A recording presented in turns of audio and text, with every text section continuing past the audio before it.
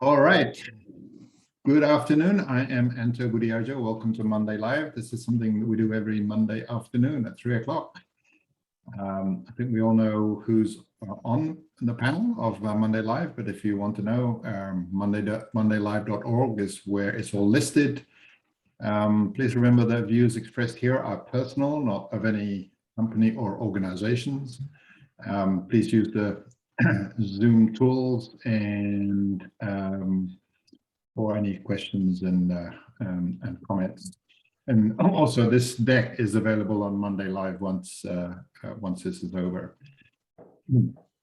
So this is August, and our theme for this month is exploring the use of the smarter stack. So we've been doing that, and this is the last time we're going to do that in August, although I'm sure we're going to be using and talking about smarter stack in the future. Our agenda today, our normal news and trends, using the smarter stack, and then we want to leave about 10 minutes at the end to talk about September and this sort of special announcement that we want to talk about.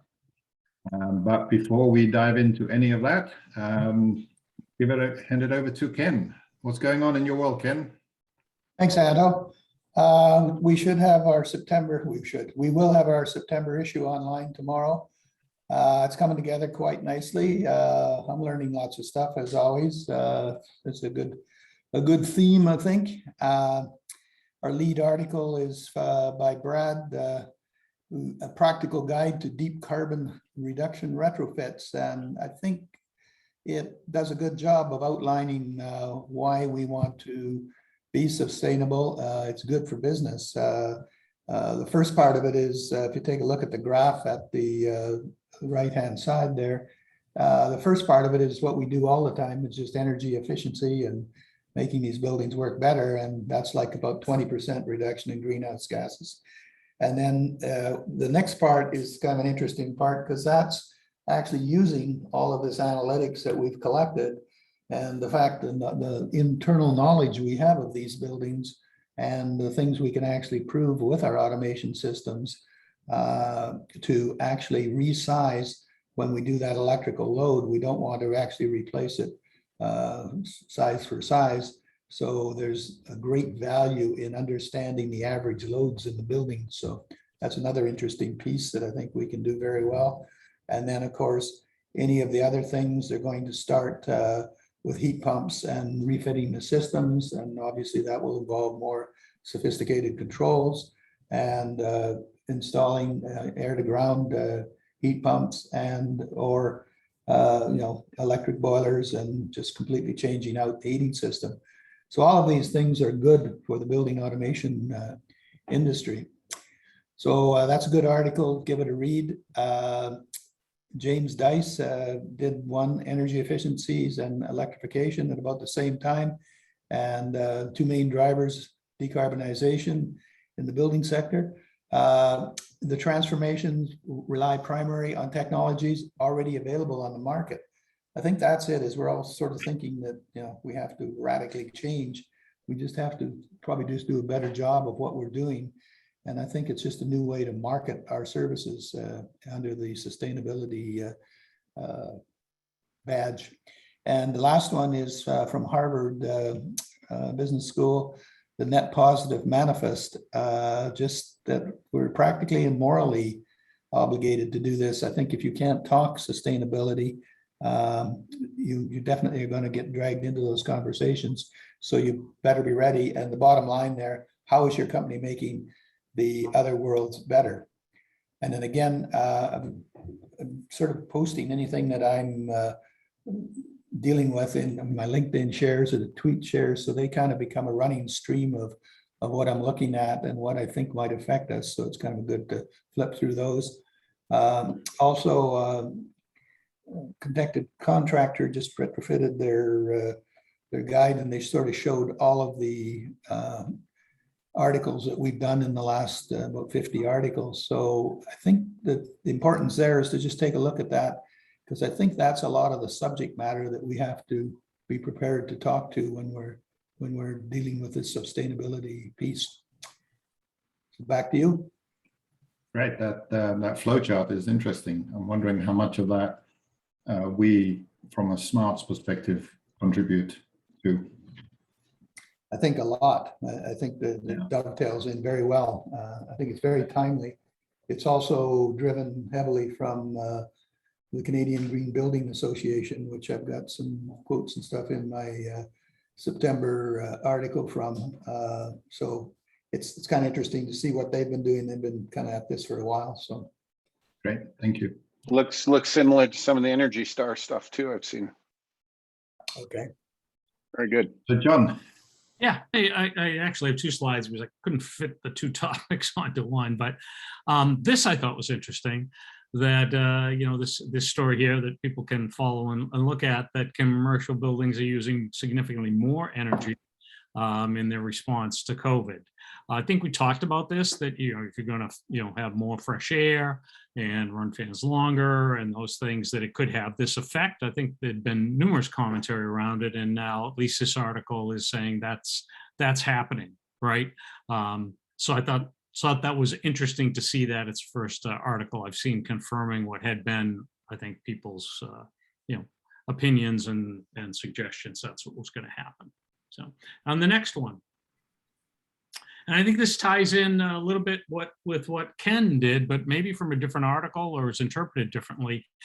How we're going to get to net zero and carbon reduction goals, and that chart on the right, which if you go to the Google sheet for our listeners, they can enlarge it, but it shows the different components. And energy efficiency, that's the yellow, and so it's significant, important. You also notice the most notable blue is electrification, right? So the whole idea of electrification, and of course this is everything. This is, but it is focused on getting buildings to net zero energy. And then there's a breakdown of some of the things that they're suggesting we need to do and the dates. But the key point here is, and this ties into the recent IPCC article or paper they issued about the urgency, is that there's a tremendous amount of activity that has to happen, changes that have to be made to reduce the carbon so that we hit these goals. So just another viewpoint on it that I thought was pretty interesting. First time I've seen the breakdown of the different components of achieving this. Great, thank you. Mark. So sort of along the lines of what we've been discussing, it's interesting that all three of us have kind of picked up the same thing, but calling it a little bit different. I picked this up on Bloomberg this morning. ESG accounting requires accountants. And I think we all know that ESG in our space has really started to take off. And the crux of the article is that for ESG to be successful, it's got to be factual, measurable, reportable, but there's no standardized way in order to do this. And that's what this article talks about, beginning the standardization on how to measure and report activities related to ESG. And instead of the smart building industry saying anything, it's the accountants are now trying to jump on the bandwagon. The big four are now trying to figure out how this is going to be accounted for, measured, and all that. So look for them to start seeking knowledge about climate change, energy, decarbonization, so forth and so on. And by the way, the last thing, I shouldn't say this, but I will. The last thing we want in our industry is accountants trying to figure out standardization. Well, but maybe the accountants are the key, because maybe they're counting the wrong things. So anyway. Thank you. So I had two things that I crammed it all into one slide. So the first one on the left is, and I haven't read the book, but it's an article on TechCrunch. You can read the headline there. It's really about the Freon and how that impacts global warming, but it's specifically about a specific journey that the the author went on with his buddy Sam, I think it is, discovering Freon and working in the sort of energy and climate sort of area that I thought was very interesting reading the article. The second one on the right goes directly to a lot of the things that we're talking about, but this is Daikin launching a smartphone-based air conditioning service in Tanzania, of all places, where they basically charge an installation fee of $77 and charge $1.40 when the air conditioning is used. So that is a hardware SaaS, or hardware as a service, if we ever see one. So I thought that was interesting, given we've talked a lot about CapEx, OpEx, and SaaS, and the relevance of all of that. So that was my contribution to that. Any other news that anybody want to bring up? Yeah, I'd like to just start a conversation, at least bring some awareness to the topic we've been talking about, which is getting back to the office and how it relates to the pandemic. So I got very curious about understanding better viruses. And so I've been studying, and I came across some really good information on this. Would anybody like to guess at how many viruses there are in the world today? Pure quantities. A billion? So the answer is 10 to the 31st power. They're everywhere. They're in the air. We're not talking about 1 or 2 viruses. We're not talking about 1 million. We're not talking about 1 trillion. We're talking with 10 to the 31st power. They are ubiquitous. They're in the air all the time. There's no escaping them. You're breathing them in constantly. They've been around and part of human evolution or planet evolution since almost the beginning of time. So I had no idea that the quantities were such as they are. And what makes this very interesting relative to the pandemic is that the notion that shutting down air traffic was somehow going to impact the possibility that COVID would not get from country to country. The viruses are carried by weather. So as the air currents circulate across the globe, they just naturally go anywhere and everywhere, which is why you've seen them go anywhere and everywhere. There's no such thing as stopping it. So that was really enlightening to me to find out that that is really so, they're so pervasive, and that really, because of that, the emphasis should be on treating people and on good health, how to be healthy, how to have our natural immune systems be able to naturally fight off the effects of viruses, which healthy people just do. Yet we are stuck on the notion that we could actually eliminate this particular virus from being in a country. Look at Australia as an example. They were trying to get to 0 incidents. It's a loser's cause. So I encourage you to Google, if you like, the statistic I just brought up. I've got some other research articles I'd be happy to link, but it's totally changing my thinking around how to deal with this pandemic, because it's not about taking vaccines. That may be some kind of a short-term fix, but it's not a fix ultimately. So you got to understand the nature of viruses, and viruses have a very, very, very beneficial effect in terms of how we evolve as beings from a human standpoint. So they communicate tremendous amounts of information to our systems, and to think that we're going to somehow escape them is the wrong way to think about them. So I'll leave it at that, but it really is changing my thinking about how we should be thinking around viruses going forward, because we have the opposite of how we should be thinking about them. Not said. Just to build on that, Steve, interestingly enough, Singapore just announced yesterday they're giving up on their 0 COVID target as well, as of today, in fact. So they're at 80-something% vaccinated, and they were trying to hit the 0%. You know, when you got 5 million people, it's sort of almost a doable thing, but even they've given up on it today. Yeah, a very interesting book that everybody should read is Guns, Germ, and Steel by Jared Diamond. It actually explains exactly what you're talking about in the context of the last 400 years of history. Okay. So guns, germs and steel. So with that, let us move on using the smarter stack. We had really interesting discussions last week, and I just wanted to highlight what we learned.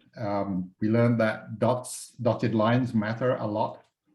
And actually we did the slide that I had with a lot of dotted lines and actually put a sort of a key down the bottom here just to explain. And the other thing that I've started to experiment with is doing links. And in the standard template that's on stack.mondaylive.org, you'll actually see some links. For example, the vertically integrated BMS thing will actually link to this. So it actually works pretty well. It adds a layer of work that you have to do because linking and make sure that everything's all work, but it's worth doing, I think, if you want to put together a presentation. So with that, I'm going to stop my share and I'm going to bring Tristan and Ernst. Where are you, Ernst? Ernst Beck. Promote to panelist. So these are our two guests, and I think the way we should probably try and do this is let the two guests introduce themselves, but as much as possible, introduce yourself using the stack to explain what it is that you do, because that's kind of how we can use the stack. So I'm thinking, just because I know some of the content that you have, Tristan, you should go first, because Ernest sort of refers to some stuff that it may be helpful for you to have done first. So Tristan, if you want to share your screen and introduce yourself and introduce your stack. Okay, so let's see. I will wait for the stack. I'm the CEO and founder of Skycentrics. Happy to work with the smarter stack, and I'll jump right in after introductions. Well, I mean, I'd like you to use your stack to Okay, introduce so what we're you do. starting up. So here I go. Fire it up. There you go. Thank you. Okay, great. So I don't know about making it full screen. Sometimes that takes a It's while good. or fails. So one thing we added, which may or may not work, is colors at the top. We really have a new stakeholder that wasn't in the examples, which is utilities. So we definitely came from a history of kind of using open standards to connect to machines. The open standard we started with was called CTA 2045. It was like a USB port for machines. It's now just been branded the Eco Port. So Energy Star and others that are of national AHRI is about to start considering mandating the Eco Port exists on certain types of HVAC and water boiling equipment. So we're pretty excited that after 10 years of working on CTA 2045, that it's actually going and becoming a national brand. And in fact, we have to admit, Skycentrics kind of bet on this open standard USB connection to machines, but without that port, imagine having the world's greatest USB stick Wi-Fi cellular connection module, and there's no USB ports in computers. We'd be in trouble. And that almost happened. But Washington and Oregon passed a law last year saying that every new water heater sold in Washington and Oregon had to have the port. And A.O. Smith and Rheem, the biggest residential water heater manufacturers, had been hedging their bets and not wanting, hardware manufacturers don't like to put hardware changes in, especially when they're commodity white goods manufacturers. So now every water heater since last January that's a heat pump has had to have it. And then next January, it's going to be all electric resistance water heaters as well, which is actually about 98% of the market right now. So we started with that, but as I go through my stack, I'm also going to be excitedly talking about the first commercial piece of equipment, which was a new Mitsubishi QAHV heat pump boiler. Instead of providing 200 watt hours of shiftable load for a utility that a residential heat pump water heater does. It provides 20,000 watt hours of shiftable load. It's heating the water for 100 apartments in Seattle in a complex called Bayview. And Skycentrics provided what we call the SkyKit retrofit kit. So it's a little piece of hardware that we put into the Mitsubishi control box. Mitsubishi ironically had a link spring Jace as the control box, and we put in our piece of equipment and it gave it a hardware port, CTA 2045 Eco port, and instant OpenADR certification. So on the Mitsubishi website, it's going to say that Mitsubishi equipment is only OpenADR certified when working with the Skycentrics cloud.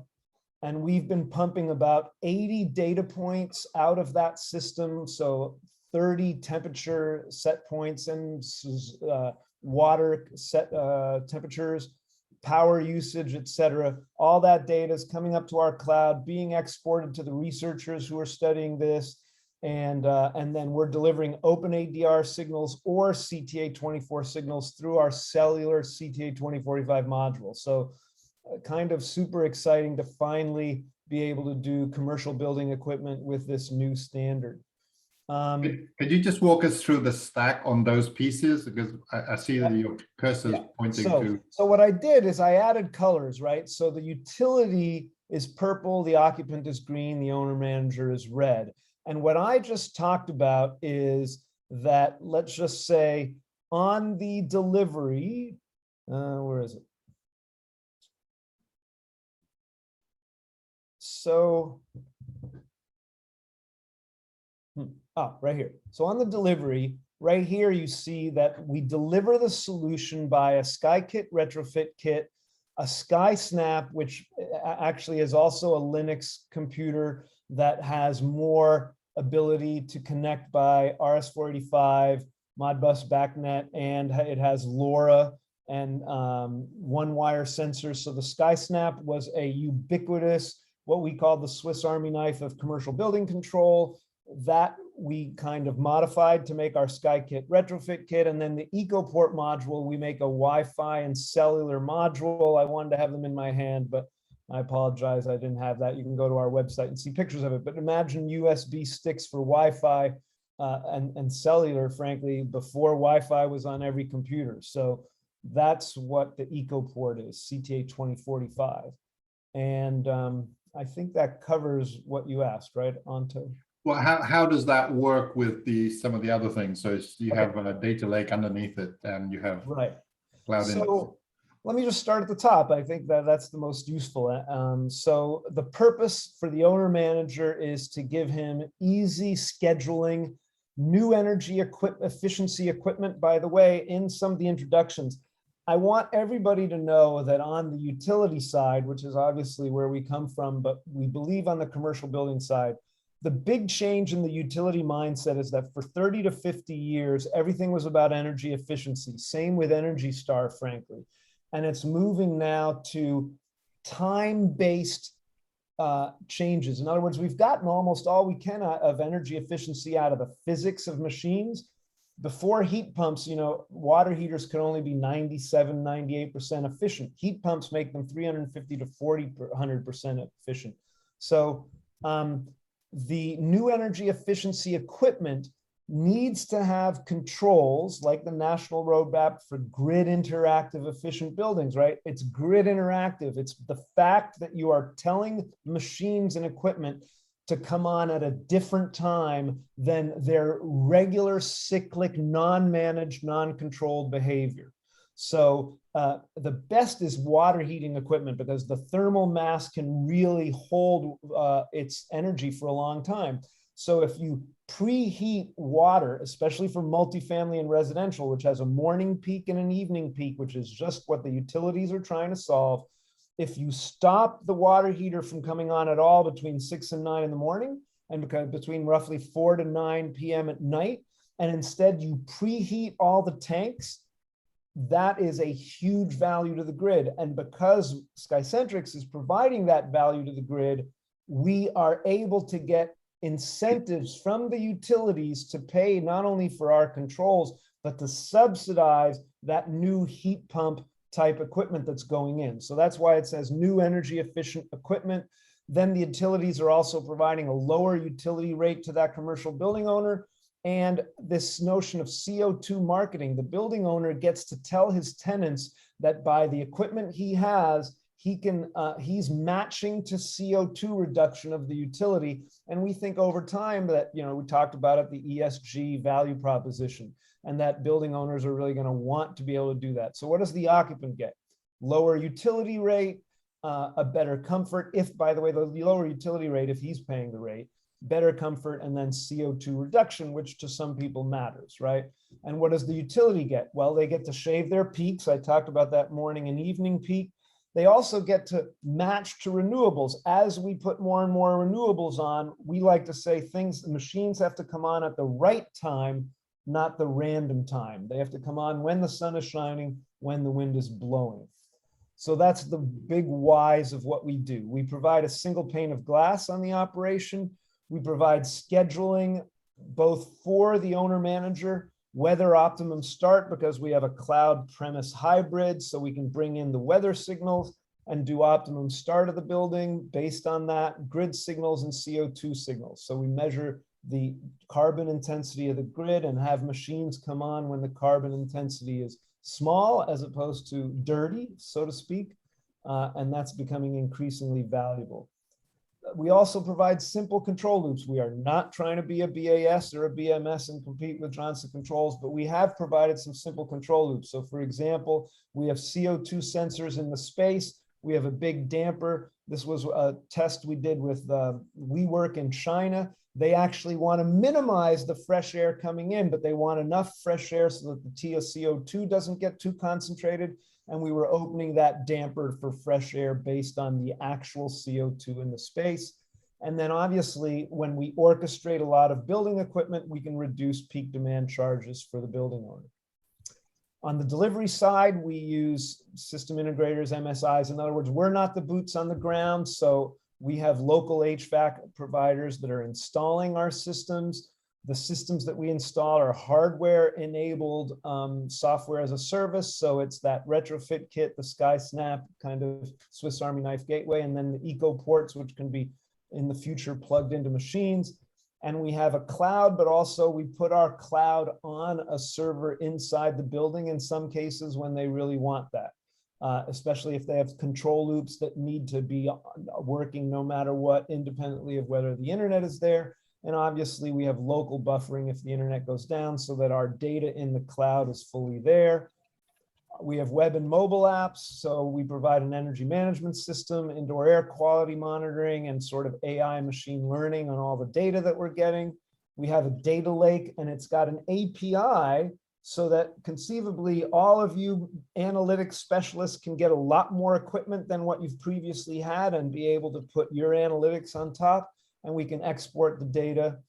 We, for the utility, in purple again, you see it, we have a DERMS of our own, but we also provide an API for people like Enbala, AutoGrid, Virtual Peaker to be able to send the signals directly in. And then we have an OpenADR VEN, and we're working with a lot of utilities on that have OpenADR virtual top nodes. And we provide fleet management and grid signal prediction to the utilities. So Yeah, go ahead. Just from a time perspective, I'd like to maybe turn it over to some questions for you, then we can hand it over to Ernst. Sure. This has been great. Thank you very much, Tristan. Any questions?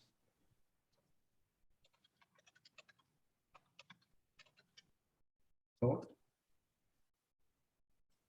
While you guys are thinking, I got. go ahead.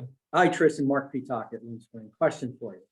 So in looking at your stack and the owner manager purpose and whatever, can you share from a financial perspective, just some typical results that the owner has seen as a result of that? In other words, X percentage of saving or whatever. That type of benefits from what you guys are doing. So up until now, as you can hear, We started in residential, and that's where all of our data is. And we've just installed our first commercial building solution with Mitsubishi. So we're about to get all those numbers for a multifamily building like I spoke about.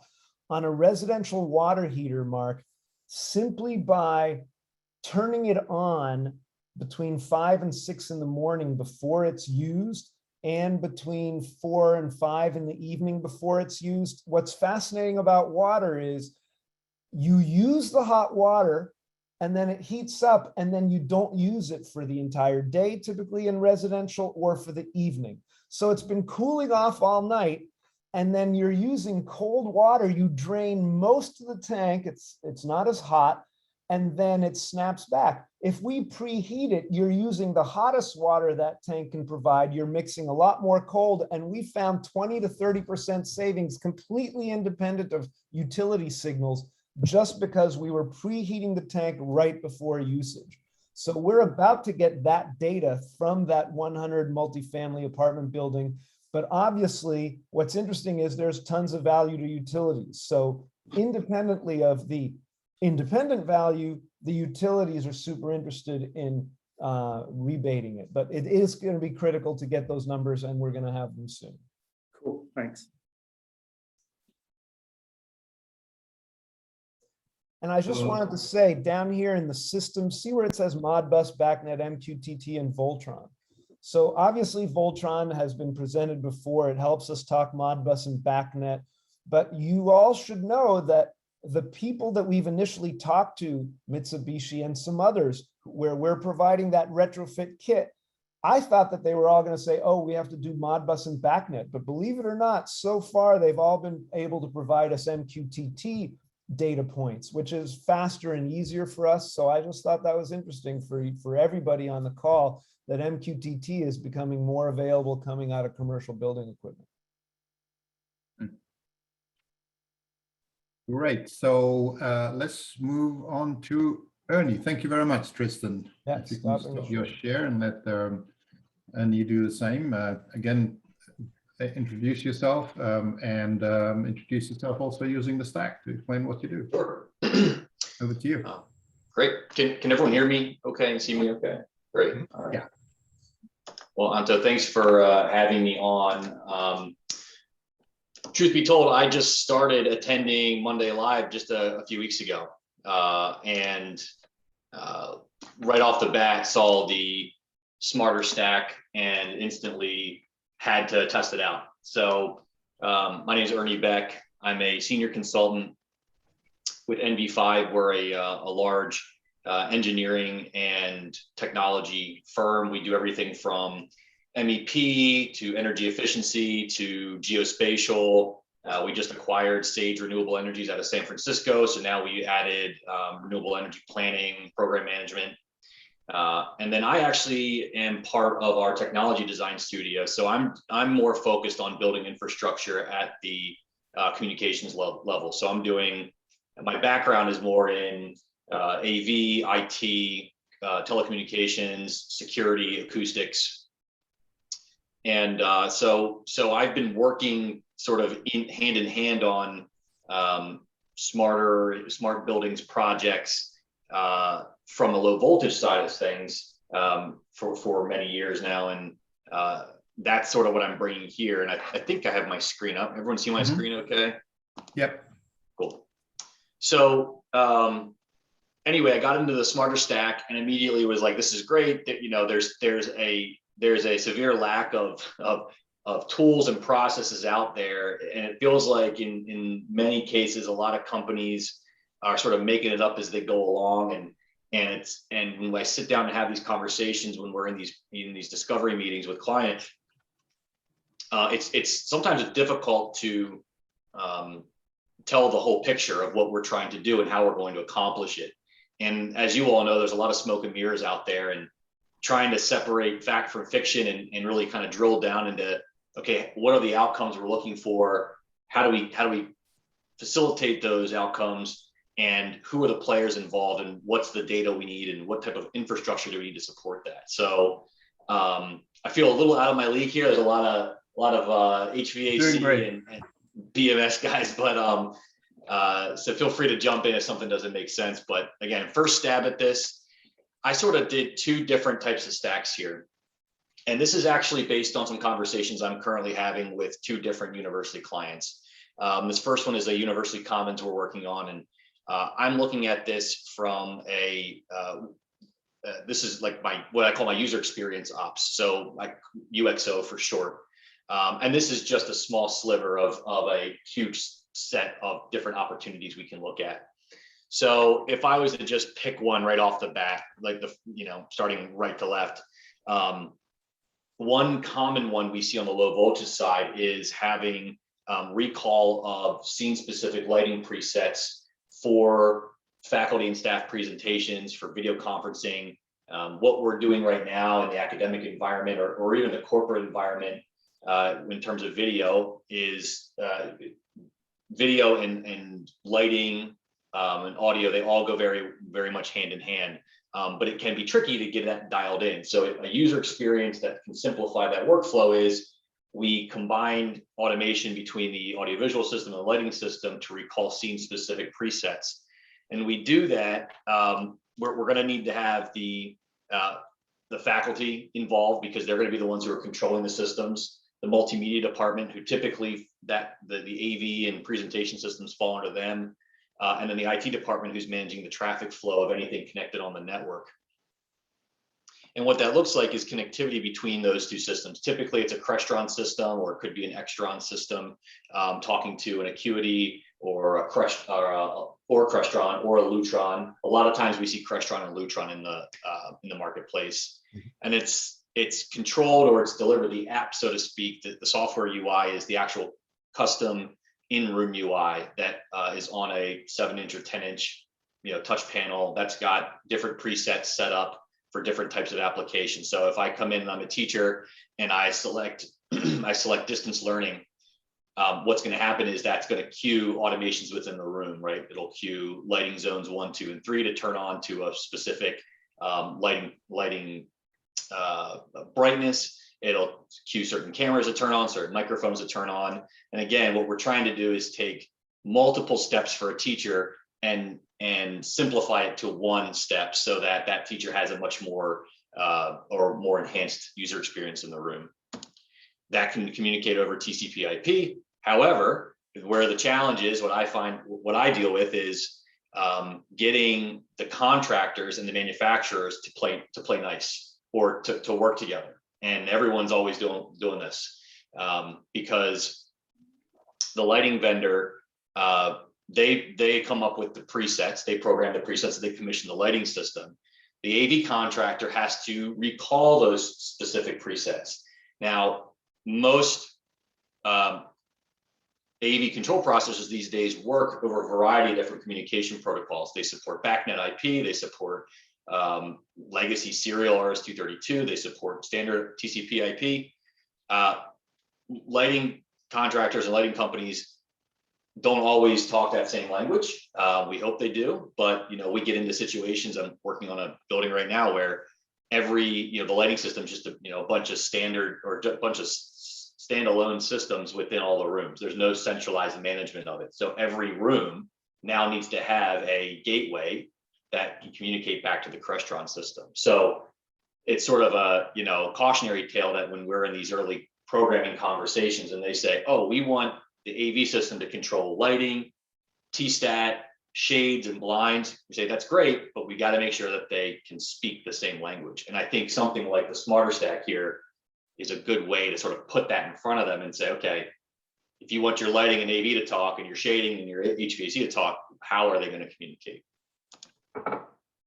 And then in terms of some data that we could extrapolate from that, we could look at something as simple as what's the frequency of use of controlling lighting from the AV panel versus the in-room manual wall switch, right? Because there's a soft cost associated with that integration. In the case of the one project I'm working on, there's a hard cost because now every room has to be retrofit with gateways that convert one form to a contact closure. And they can say, okay, this is an actual real use case. We're getting some tangible results from this. And so that's sort of a very basic, that's one I deal with pretty much day in and day out. And you would think it would be it would make sense to people, but it seems to be magic to some. Another common one that we're going to be testing out now is demand response via occupancy measurement. So we just released an RFP for occupancy management systems for a 4-building, 350,000 square foot campus. And essentially, we're going to be monitoring real-time occupancy metrics, people flow, heat mapping, sort of predictive, and even some of that's going to be predictive. So we can say, okay, after 6 months, we can pretty much assume, based on the data, that the fitness center is going to be at peak capacity at 3 p.m. on a Thursday. Well, what the MEP wants to do, the MEP engineers want to do, is they actually want to pull the information from the occupancy management head end to provide instantaneous demand response based on occupancy thresholds, which some of these sensors are, LiDAR based, some are image, camera based, and they get down to the individual. In fact, they can even sense the difference between a person, a laptop, and a backpack.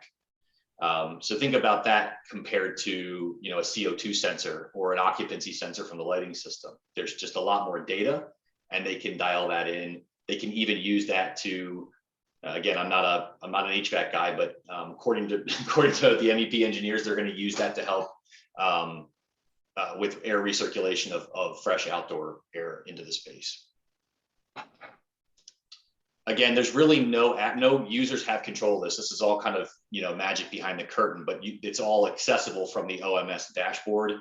All of the OMS products we specify, so that's Density, VergeSense, Point Grab, they all have available REST APIs for use with third-party controls.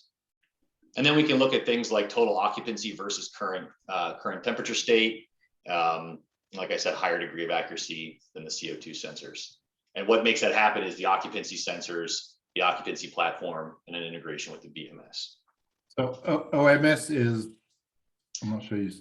Occupancy measurement system. Sorry if I didn't spell that out. Yes, OMS.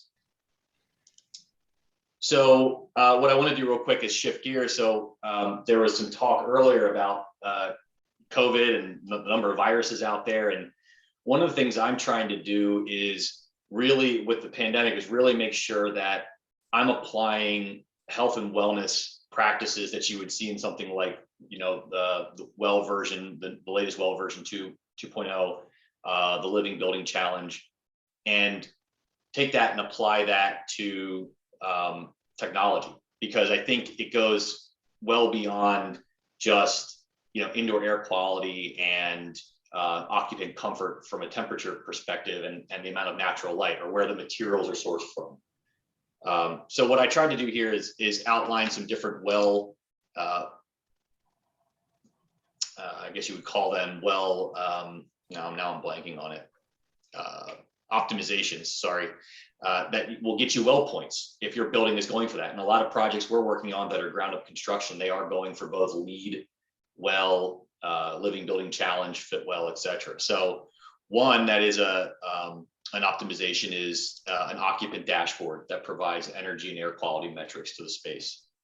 And so again, that would be a combination of getting the facilities department in concert with the MEP, your multimedia department in concert with your AV consultant and AV integrator. And what we want to do is we want the indoor air quality sensors, the temperature and relative humidity sensors, basically anything that's feeding to BMS sensor-wise that can be communicated back and falls under the well building standard, to then be served up as a web URL that can be put in a digital signage package and can be put in the front lobby. So that's the well, sort of the well goal, is that in an area of high traffic, you are communicating back to building occupants how well the building is performing on an energy level and metrics related to things like CO2, VOCs, particulate matter, plug load in the building, what your renewable energy generation metrics are, should that be part of your energy mix within the building.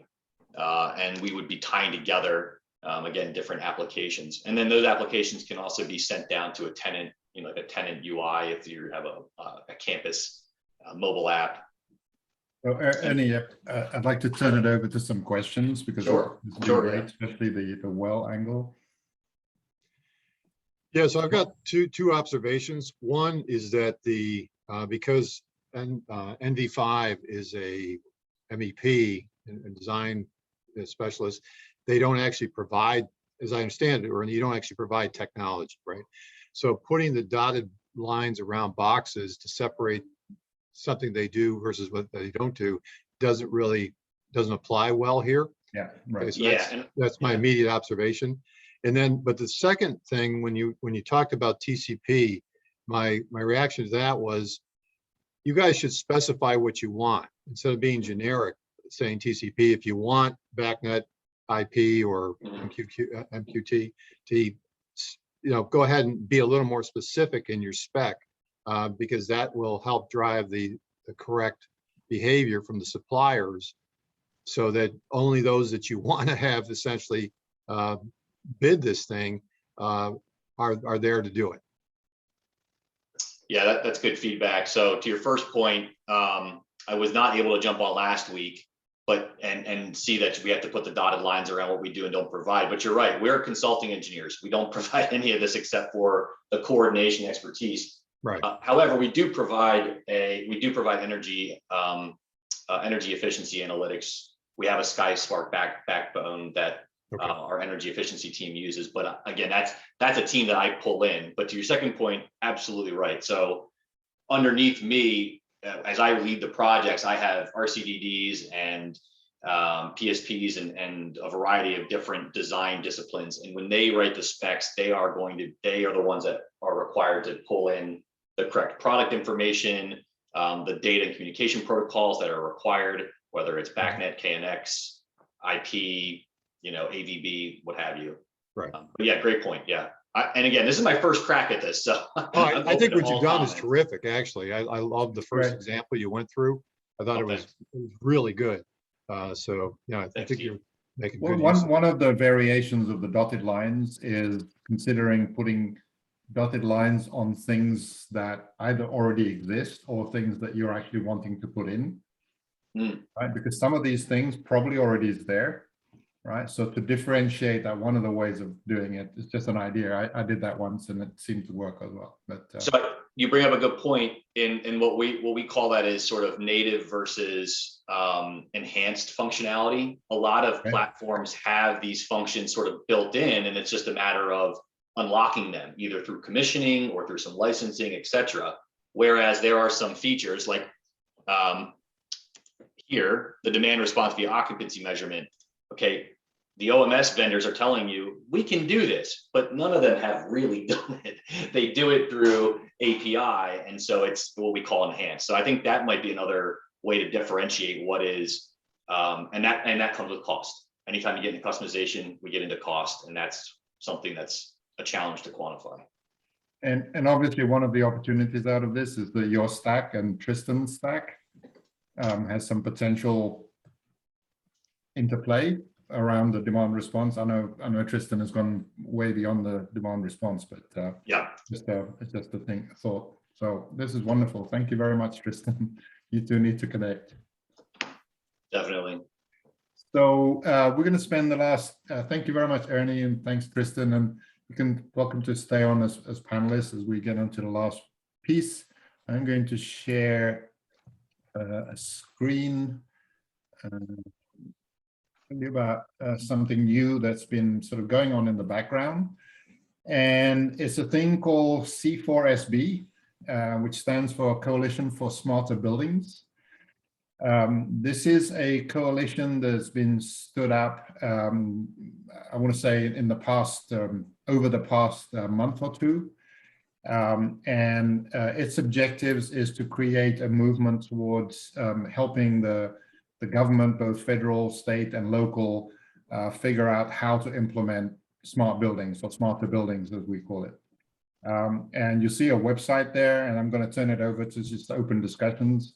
One of the things, so the C4SB sort of has been sort of brewing inside Monday Live. We've been talking about it for the last 2 or 3 months, trying to figure out how to do it and what the makeup of it and what the structure is. And so it now exists.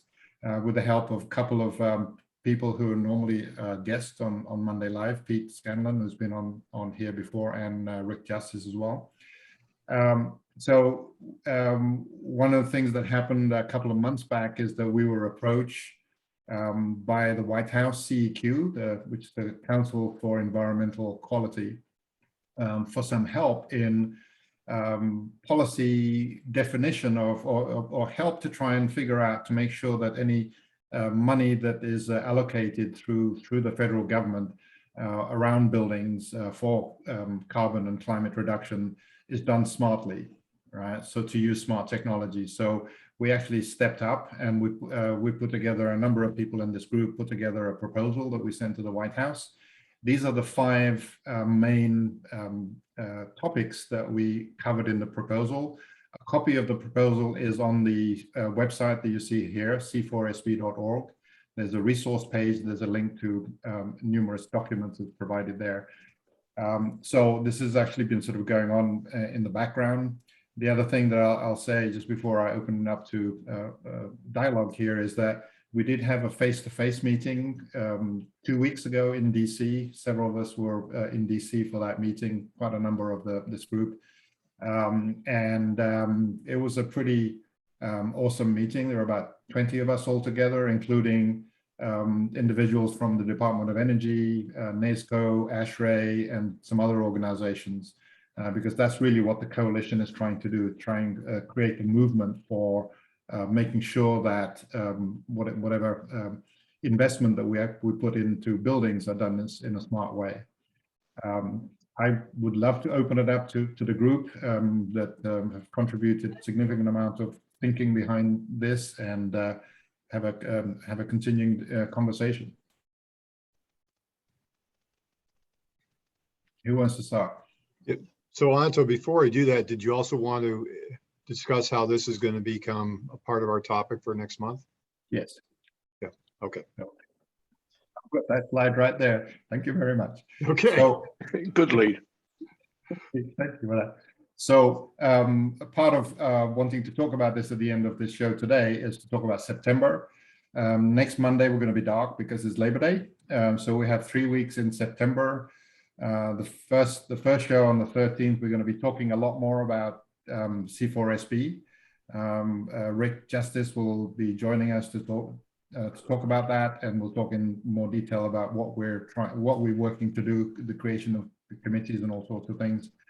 The following week, we're going to invite some of the partners and liaison organizations to come and join us to talk about C4SB as well. And then the last Monday in September, we're going to be talking about workforce development. Melissa Boutwell, who some of you may know, she's spoken at the AHR and James Dice's Nexus Live and some other sessions. She's going to be leading that conversation. So thank you, Steve, for prompting. And I'm going to stop my share.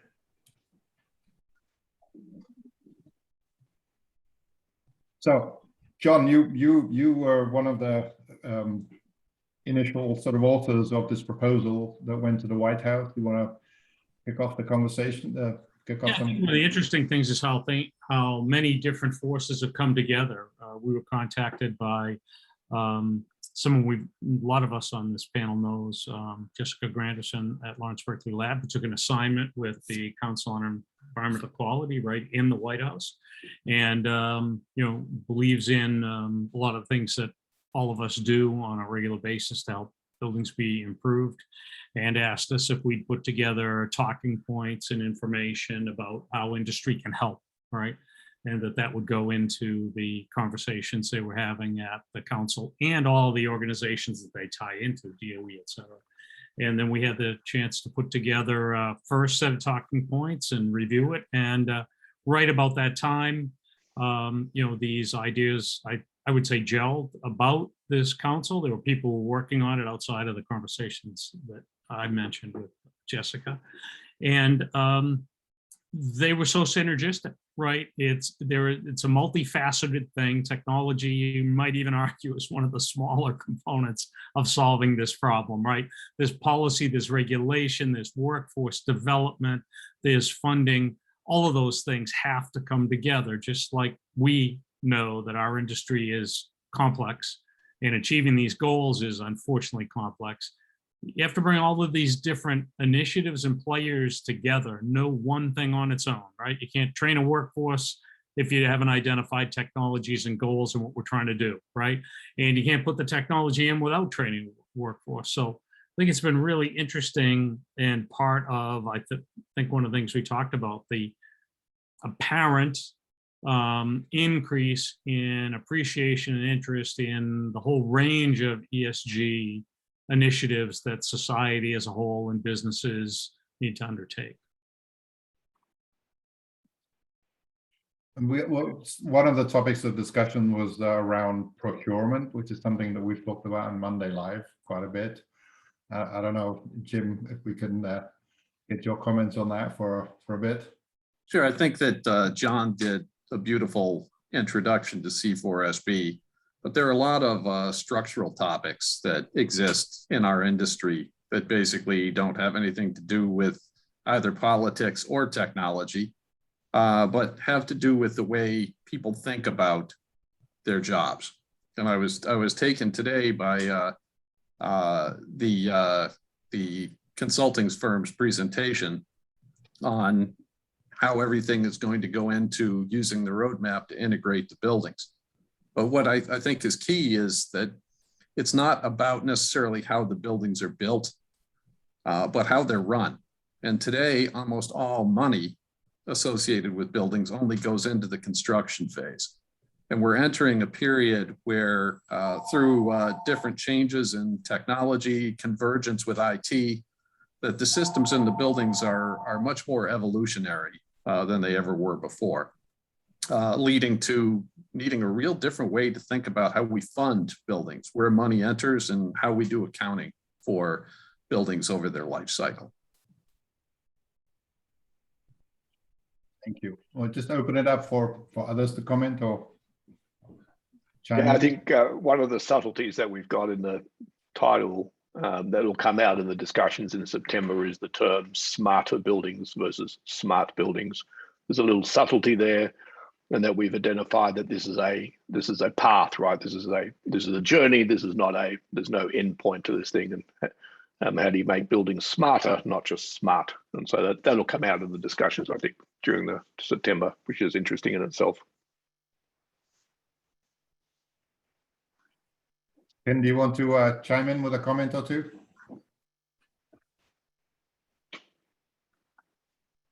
You're muted. You're muted, Ken. Not working. Here we go. Sorry about that.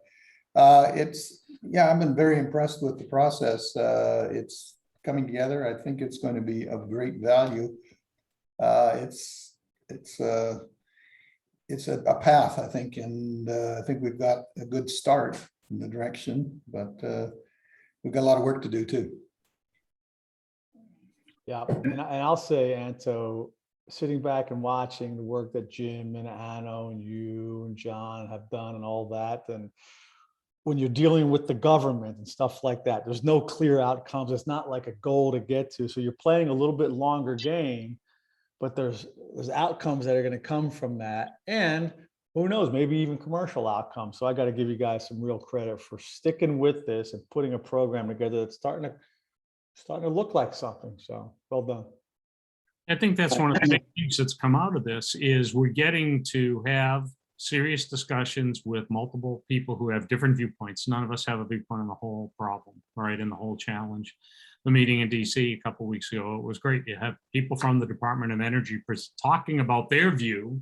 They want industry to help, but they don't know all of the things we know, and we certainly don't know all of the things and challenges that they have on their side. So getting to discuss and converse and share information about what are the collective priorities, right, to move forward, that's something I don't think I've seen really happen before, in this way. You know, one of us might get a meeting with someone at DOE, right? This is very different, that we're bringing this together, putting papers together that are out in the public domain as well about, how we collectively believe we can help make buildings smarter. Anno, thanks for bringing that up. that was a key part of our whole decisioning on this, this whole problem with what's a smart building. We all can know what a smarter building is than what you have today. Anto, I want to reiterate too, one of the things that we have not done previously so much in this forum is to say, hey, it's time to reach out to your contacts to get people involved in some of this stuff. So the month of September would be a good time for you to invite others that you think might be interested in this to learn a little bit more of what we're trying to put together here. So we haven't really marketed or done anything to promote participation or attendance in this, but I think this is a little bit different. Is that safe to say? Yes, and I'm really glad you brought it up. I think that's great, and I think that's we've had discussions about when to bring this up. We thought about bringing it up in August, but we thought that was a little early given what was going on. September feels right, and obviously we're back from the summer vacations and everything else. So please do, as attendees, please do encourage your friends and colleagues to join us in September in this discussion, and eventually be part of this coalition as well. This works with numbers, right? The bigger, the better the numbers that we have, the more support we have industry-wide, the better this is going to turn out for all of us in the industry. In my editorial on sustainability for this month, that came up, is that sustainability is, even if you achieve it personally, it's not such a great thing. It has to be embraced, and it has to be reflected in the political systems within our countries to basically bring the changes to occur. So it's kind of interesting that I think we've all kind of worked as individuals and individual companies, but it's this bonding and basically becoming part of a bigger movement that is the important piece of the coalition. Yeah, and on that point, the website that I give out is good as far as information. We don't have the sort of the workflow to bring people, new companies as members yet, but the intention is to bring in as many of you as possible, companies as well as individuals. The structure of the coalition is really sort of designed to be very active with smaller companies and individuals, because we want to make this a grassroots movement. And so please be on the lookout for that, because we do want your participation in this activity, in this campaign, this project. Yeah, just go to the info at C4SV, just send a message. There isn't an automated sign up right now, but contact them, the people who respond.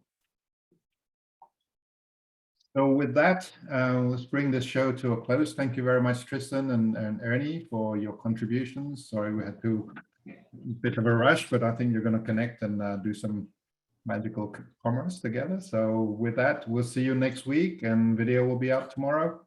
Have a great week, everybody. Bye-bye. Hey guys, Bye. see y'all later. Later.